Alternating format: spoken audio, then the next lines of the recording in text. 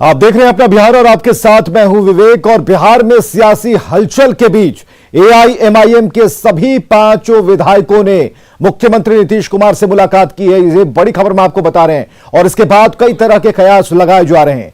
हालांकि एआईएमआईएम के प्रदेश अध्यक्ष ने कहा कि विधायक सीमांचल के विकास के लिए मुख्यमंत्री से मिलने आए थे। सभी ने नीतीश कुमार को बेहतर नेता बताया। हालांकि किसी सियासी मतलब निकाले जाने से फिलहाल इनकार किया है। तो ये वो तस्वीर 5 विधायक एआईएमआईएम के जिन्होंने नीतीश कुमार से मुलाकात की। हालांकि इसके सियासी मतलब नहीं निकाले जाने चाहिए, ऐसा उन विधायकों का कहना है। लेकिन ये मुलाकात क्यों हुई, अभी ही क्यों हुई, ये फिलहाल अभी सियासी घेरे में है। सियासी समझ के भीतर कोलाहल मचा रहा है। नीतीश को बताया है बेहतर सीएम और नीतीश कुमार से मिले हैं एआईएमआईएम के विधायक। ये वो तस्वीर है।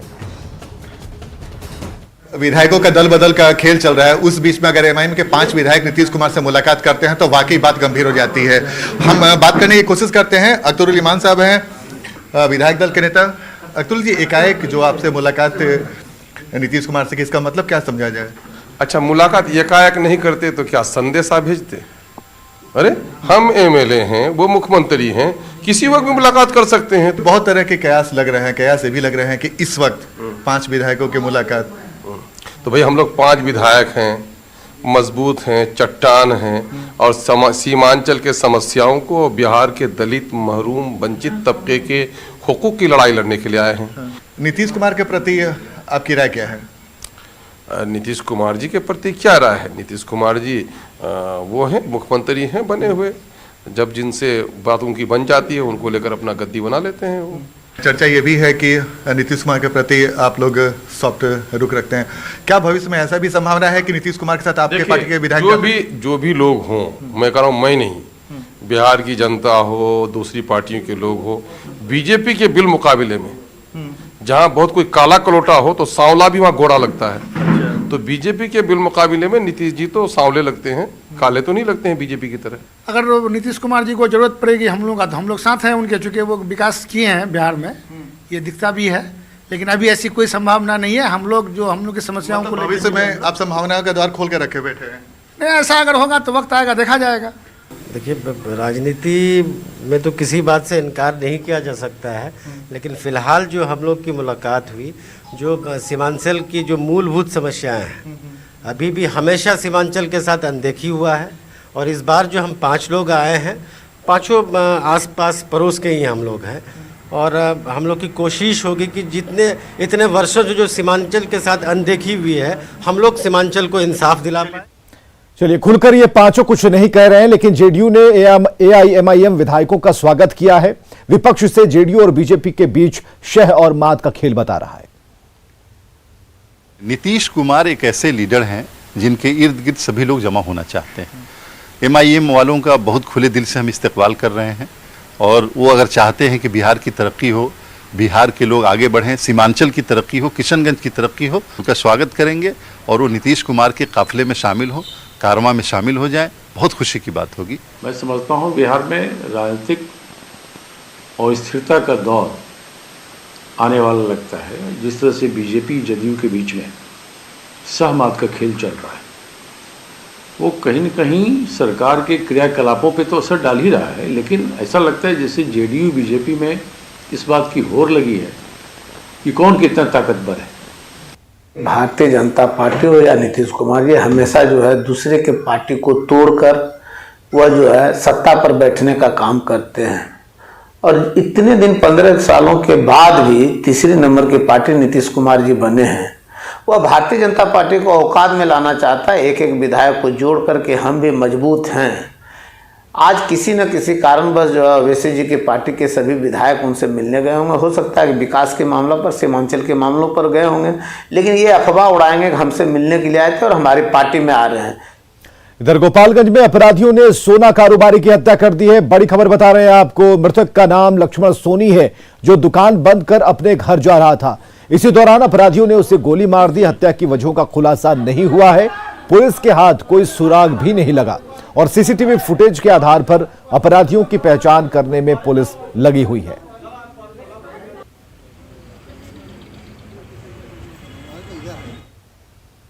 माझा बाजार में व्यापारी लक्ष्मण शाह अपने दुकान बंद करके मोटरसाइकिल से अपने पुत्र के साथ जा रहे थे घर। उनका घर है लंगटू हाता और रास्ते में अज्ञात 2 अपराधकर्मी द्वारा ये मोटरसाइकिल से जा रहे थे, पीछे से पीछा करके गोली मारते हुए भाग गया है और तत्काल उनको इलाज के लिए सदर अस्पताल लाया जा रहा था।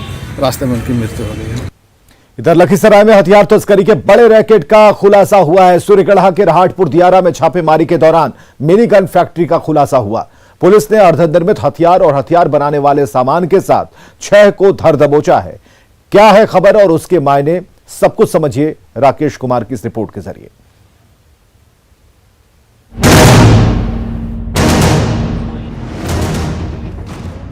अगर ये पिस्टल तैयार हो जाते, अपराधियों के हाथों तक पहुंच जाते, तो क्या होता आप बखूबी समझ सकते हैं। लखीसराय के रहाट दियारा इलाके में मिनी गन फैक्ट्री का खुलासा हुआ है। दियारा इलाके में 6 जगहों पर ये हथियार बनाए जा रहे थे।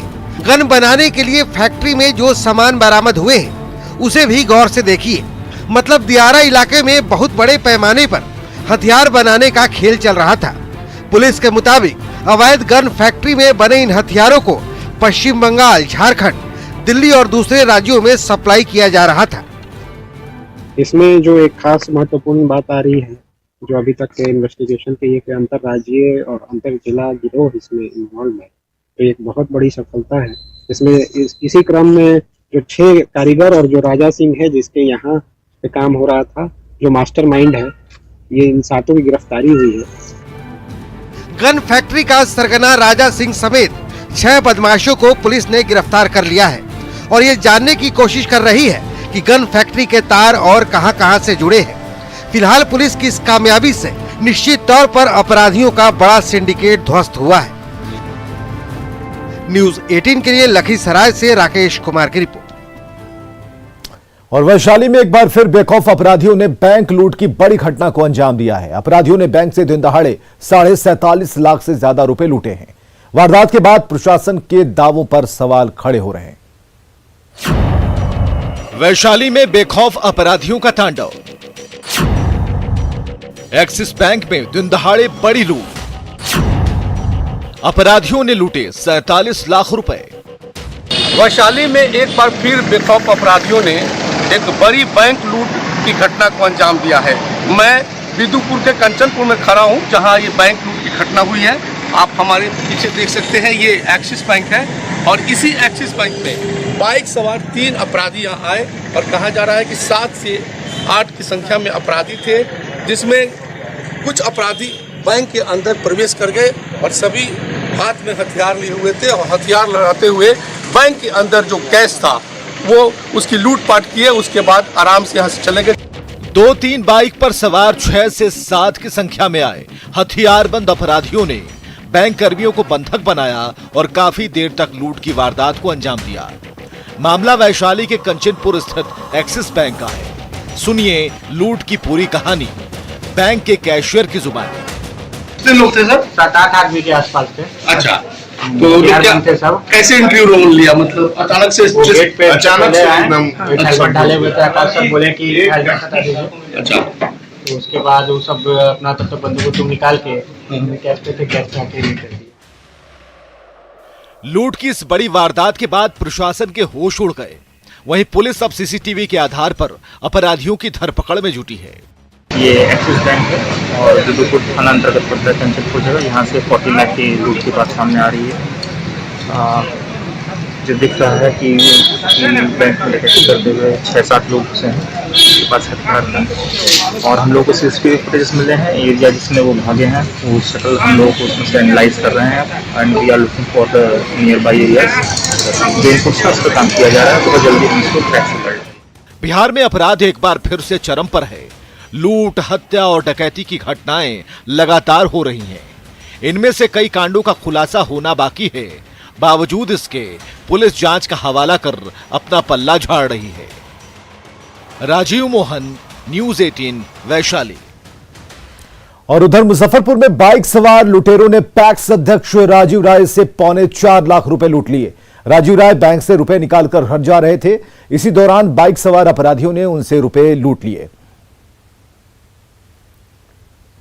और हम पैसा लेकर के अपने थैला में गाड़ी से दोनों आदमी अपने मोटरसाइकिल से चल दिए डुमरी में। रास्ते में डुमरी रामचंद्र राय के घर के पास हम एक परिचित लोग का फोन आया, वहां पर हम रुक करके हम फोन से बात करने लगे। इसी बीच में एक 220 पल्सर गाड़ी से दो व्यक्ति, अनजान व्यक्ति जिसको हम नहीं पहचानते, आगे पीछे से आया और आगे तरफ बढ़ा, लगभग 25 मीटर की दूरी आगे बढ़ा।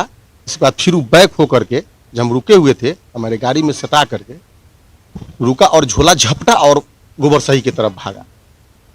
जहानाबाद से खबर, जहां के शकूराबाद में खलिहान में आग लगने से धान जलकर राख हो गया है। ग्रामीणों ने काफी मशक्कत की और आग पर काबू पाया। आग कैसे लगी इसका पता नहीं चल पाया है। जहानाबाद में लाखों का धान जलकर राख हो गया।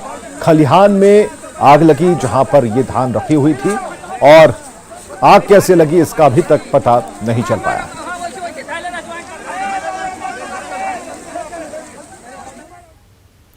अयोध्या में राम मंदिर के लिए अल्पसंख्यक समाज भी दान दे रहा है। मोतिहारी के मुस्लिम समाज के लोगों ने मंदिर निर्माण के लिए दान दिया। बीजेपी के राष्ट्रीय उपाध्यक्ष राधा मोहन सिंह ने समर्पण निधि देने वाले अल्पसंख्यक समाज के लोगों को खुद कूपन काट कर दिया।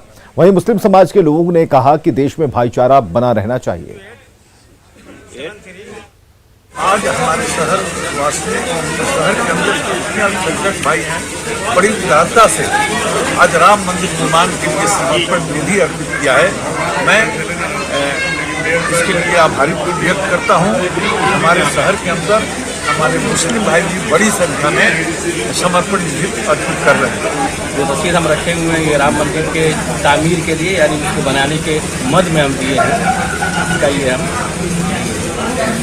ये इसकी तामीर हो और इसमें जो अपना पूजा पाठ और वो काम सही तरीके से एकदम स्वेच्छा से दे रहे हैं, क्योंकि राम तो पूरी धरती के लिए है, ना भारत के लिए है, ना हिंदुओं के लिए है, पूरे दुनिया के तमाम मानव के लिए।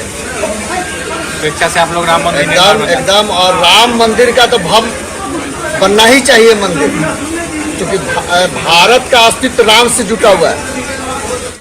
सीतामढ़ी के रीगा शुगर मिल बंद होने से 40,000 के करीब किसान प्रभावित हैं। मिल पर करोड़ों का बकाया है और किसानों के साथ कर्मचारियों में मायूसी छाई है।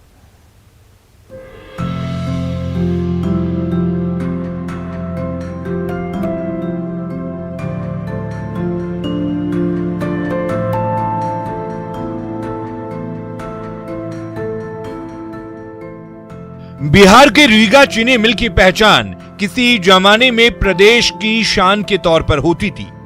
इस चीनी मिल के बदौलत इलाके के किसानों की बेटियों की शादियां हुआ करती थी, तो वहीं बीमार किसानों का इलाज।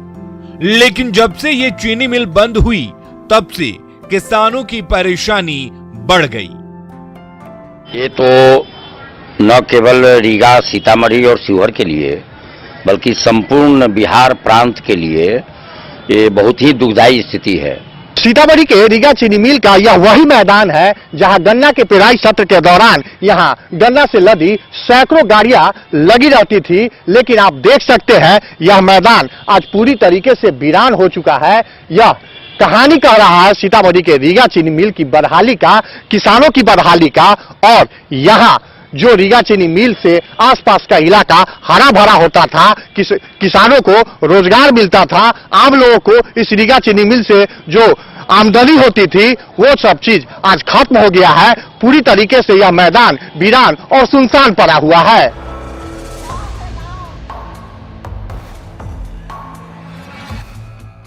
चुनाव के ठीक पहले बिहार में कृषि संसाधनों को बढ़ाने और नए उद्योग को लगाने का सरकार की तरफ से वादा किया गया था, लेकिन चुनाव के बाद भी तस्वीर कुछ साफ नहीं दिख रही है। सरकार का कहना है कि वे जल्द इस दिशा में काम शुरू करेंगे।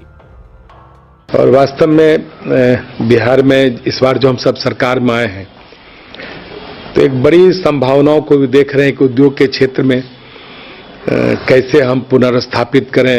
मैं समझता हूं उचित कि कई निर्णय हम लोगों ने लिए हैं, उसकी हालांकि नेताओं का ये बयान बिहार की जनता दशकों से सुन रही है, क्योंकि बिहार की इंडस्ट्री की ये बदहाली किसी एक पार्टी की सरकार की देन नहीं है।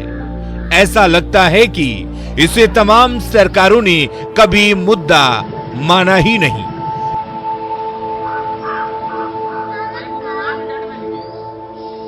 राकेश रंजन, न्यूज़ 18, सीतामढ़ी।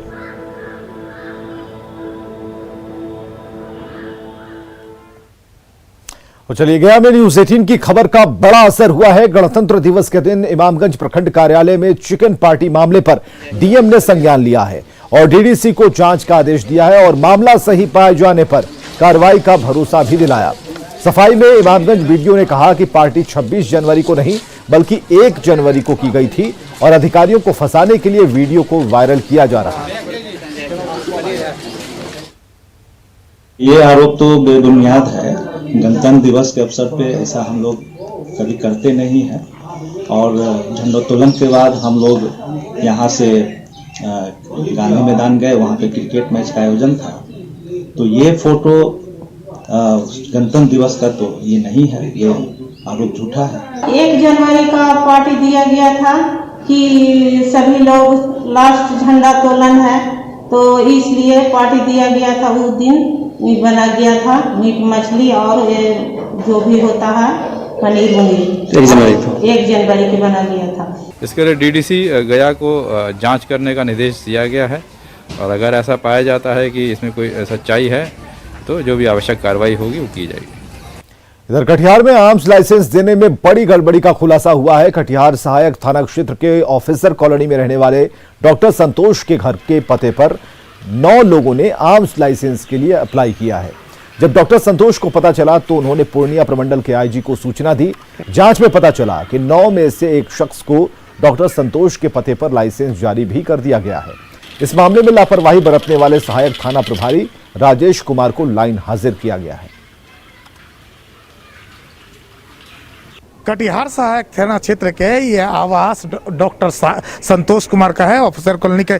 इसी आवास के बारे में चर्चा ये है कि संतोष कुमार ने पूर्णिया आईजी को एक आवेदन देकर गुहार लगाया था कि उनको इसी पते से 9 लोगों के नाम पर गन लाइसेंस का अप्लाई किया गया है। सूत्र के हवाले से खबर ये भी है कि इनमें से एक आदमी का लाइसेंस भी आवंटन हो चुका है। हालांकि जैसा कि आपको बताया जा रहा है कि इस मकान में उनके द्वारा आवेदन दिया गया है, कोई भाड़े पर रहता ही नहीं है और वो भी एक डॉक्टर है, प्रतिष्ठित डॉक्टर है, इसलिए उनका पूर्णिया और पटना में निजी जो क्लिनिक है वहीं का व्यवस्था है। वो कभी कभार यहाँ आते जाते हैं, लेकिन इस पता के गलत इस्तेमाल करते हुए इस पता के द्वारा 9 लोगों ने लाइसेंस के अप्लाई किया है। जो अभी पुलिस सूत्र में जो बातें सामने आई है उसमें इसी के कारण से पूर्णिया के जो इसी क्षेत्र के जो कटिहार सहायक थाना क्षेत्र का इलाका आता है उस सहायक थाना प्रभारी पर कार्रवाई करते हुए लाइन हाजिर कर दिया गया है और आगे जांच बढ़ाया जा रहा है। हालांकि पुलिस अधीक्षक इस बारे में अभी कुछ कहना नहीं चाहते। उनके माने तो ये बड़ा जांच का दायरा है और जांच के बाद ही जो तथ्य सामने आएगा उससे अवगत करवा दिया जाएगा। बताते चले कई दिनों से पूरे बिहार में लाइसेंस को लेकर एक बड़ा चर्चा है और इसमें एक अहम खुलासा का कड़ी का यह शुरुआत माना जा सकता है। आगे इस जांच में कई और बड़ा खुलासा और कई बड़े नाम भी आ सकता है। सुब्रत, न्यूज़ 18, कटिहार। बिहार के जाने माने अर्थशास्त्री और आद्री यानी कि एशियन डेवलपमेंट रिसर्च इंस्टीट्यूट के निदेशक शैवाल गुप्ता का निधन हो गया। वे लंबे समय से बीमार चल रहे थे और पटना में उन्होंने अंतिम सांस ली। कल राजकीय सम्मान के साथ पटना के गुलबी घाट पर उनका अंतिम संस्कार होगा। शैवाल गुप्ता के निधन से देश के राजनीतिक और सामाजिक गलियारे में शोक की लहर दौड़ पड़ी है। बिहार के मुख्यमंत्री नीतीश कुमार और राज्यसभा सांसद श्री मोदी समेत कई नेताओं ने शैवाल गुप्ता के निधन पर शोक जताया है। चलिए आगे बढ़ते हैं। बीजेपी के राष्ट्रीय प्रवक्ता संजय मयूख ने शैवाल गुप्ता के निधन पर शोक जताया। उन्होंने कहा कि उनके निधन से बिहार को बड़ा नुकसान हुआ है। इस व्यक्तित्व ने निरंतर देश की सेवा की। एक अर्थशास्त्री होने के साथ साथ समाज को दिशा देने का भी काम शैवाल जी करते थे। और खबरें लगातार जारी हैं, बने रहिए हमारे साथ।